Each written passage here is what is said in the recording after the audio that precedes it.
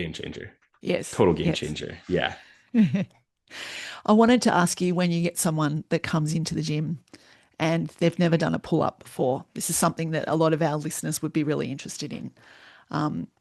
What's the sort of progression that you would go through to get them into that? And also in that, the different grips that you can use. So you can use the front, obviously pull up, the traditional one, the neutral grip or the chin up. What's sort of the easiest for a swimmer that's coming into you, first of all, to do? Yeah, there's like few things more exciting in the gym than watching someone get their first pull up or chin up. So I love this question. And I was actually just talking to the group of moms that I had in here. We went over this exact progression. So if you can't do one at all, Mm, on my scale, the first place I would start and I love is a lat pull down if you have access to the machine, which obviously not everyone has. Like it's a huge, hefty machine. But if you mm, have a lat pull down, using that to just to build lat strength is fantastic.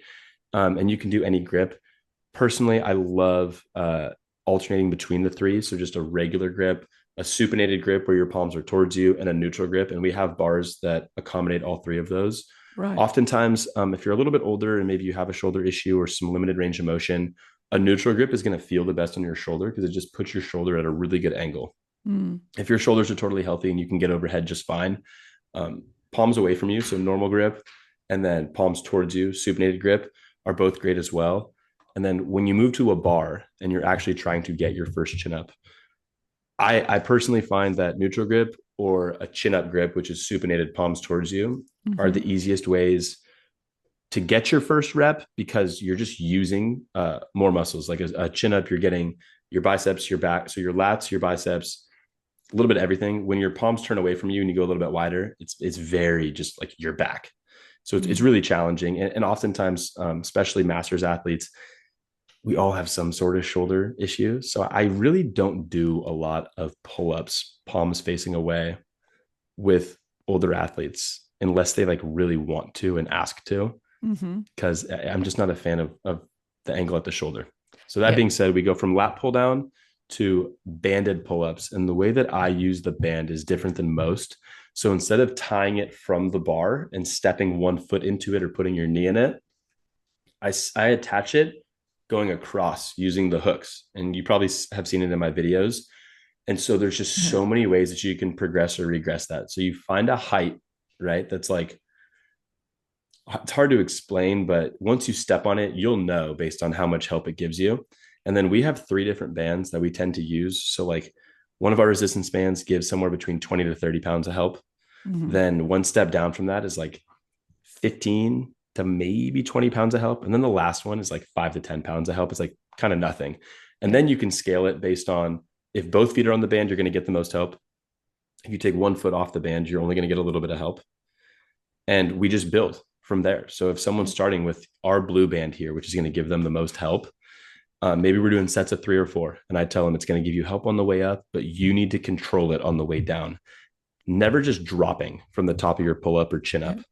Okay, controlling it is going to help build those lats on the way down. And then once they get good, we remove a foot. So now it's 1 foot with that blue band. Then when we're good with the band, we'll pull the blue band off, we'll put the red band on, and then they'll spend a few weeks doing that.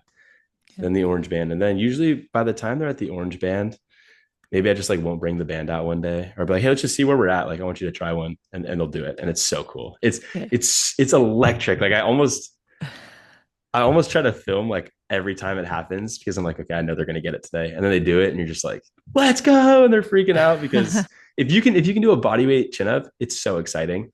Yes. Another thing that I love, if you don't have a band or you don't have like a squat rack set up where you can pull a band across, uh eccentric only chin ups where you can use a bench to jump up to the top, right? So you're not pulling yourself up, but you do like a 2 or 3 second hold with your chin above the bar and you stay there. And then you do a slow and controlled lower. And I usually go like 4, maybe 5 seconds on the way down every Mm, rep. Then until your arms are completely straight, then you step back to the bench, shake your arms out for a second, do another one. I do caution that if you're going to do those, like slow eccentrics are the number one thing that are going to make you sore. And so tread lightly or go into it with very low volume. Maybe you do 2 sets of two, your first time ever doing them. And you jump up to the top, 3 second hold, 5-second lower, shake your arms out, do it one more time, and then come back to it and do your second set. Like you did Yeah. 4 total reps, but you got to remember, like you did 20 seconds of lowering if you did a true 5-second lower. And Yes. that's a lot on your lats. And you can build that up. Yeah. So then next week, maybe you do 3 sets of 2. And then the next week, you do 3 sets of 3. And then 3 sets of 4. Like it's a process. It can take weeks, it can take months. Yes. And you just have to, that's another huge thing with kids, adults, whoever's training. You're not doing the same thing every week. You're doing the same movements, the same exercise, but progress can be like the smallest little thing. Like I was just doing right there, 2 sets of 2 to 3 sets of 2 to 3 sets of 3 to 3 sets of 4 to 4 sets of 4. Okay, that right there could have been 5 or 6 weeks of Yes. progress, maybe longer, but it was progress every week. And before you know it, you're doing a chin up. And then when you finish up and you do your first one, neutral grip, so palms towards each other or palms towards you, my favorite. And that's the ladder I would climb. Lat pull down, band going across, eccentric only if you're ready for the challenge, and then just go for it. Yeah. Yeah. There's nothing as exciting as when you get that very first body weight pull up. Yeah. There's nothing. And it ranges like from adults to 12-year-olds that get their first one. They turn around and the look on their face is like, it's priceless. If you're watching someone do that, like I get chills thinking about it because it happens so often in here where like a kid will turn around, like, did you see that? And I'm like, yeah, I saw that. And everyone starts high fiving them and like the kids are getting excited. And it's like one of my favorite moments at work. Yeah. Yeah. It makes it Yeah. all worthwhile. Oh, 100%. 100%. Yeah. Yeah. Yeah. Well, Jack, thank you so much for joining us today. It's been wonderful hearing all about your perspective with strength training and what you're doing in your sort of base in the US. And can where can people find you online if they want to follow you and see what you're doing? Yeah, so I post quite a bit on Instagram. That's Aqua Strength Performance is my handle.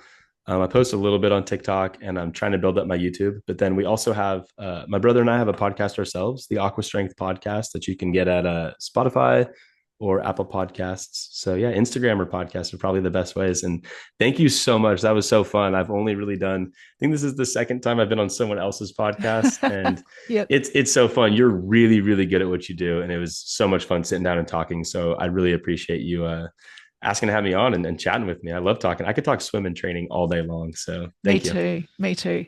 Well, thank you so much. And we'll catch you soon. Thank you. Okay, bye.